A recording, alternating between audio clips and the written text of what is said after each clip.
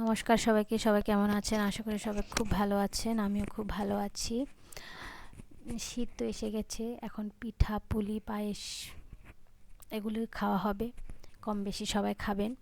তো আজকে আমি শুরুতে বানাবো কাউনদানের পায়েস রেসিপি। আজকে আমরা বানাচ্ছি ভীষণ সুস্বাদু কাউনদানের পায়েস। খুবই সহজ এবং কম উপকরণে এটা তৈরি করা যায়। তো দেখি কিভাবে আমি এই রেসিপিটা বানাবো, এই পায়েসটা বানাবো। প্রথমে আমি এই কাউন ধানগুলো ভালো করে আমি ধুয়ে নিয়েছি। এটাতে অনেক বালু থাকে, ভালো করে ধুয়ে নিতে হবে। তারপরে আমি এখানে দিয়ে দিচ্ছি দুধ, তারপর দিয়ে দিচ্ছি তেজপাতা আর এলাচ দিয়ে ভালো করে নাড়তে হবে। কিছুটা গরম হয়ে গেলে তারপরে আমি কাউন ধানগুলো দিয়ে দিচ্ছি।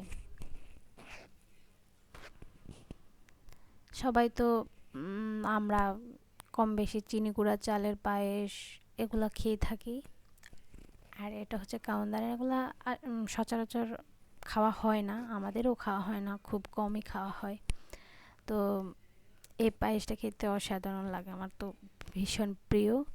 তো দিয়ে দিচ্ছি চিনি, সামান্য দিয়ে দিচ্ছি লবণ। অনেকে পায়েসে লবণ দেয় না, কিন্তু আমি দিই।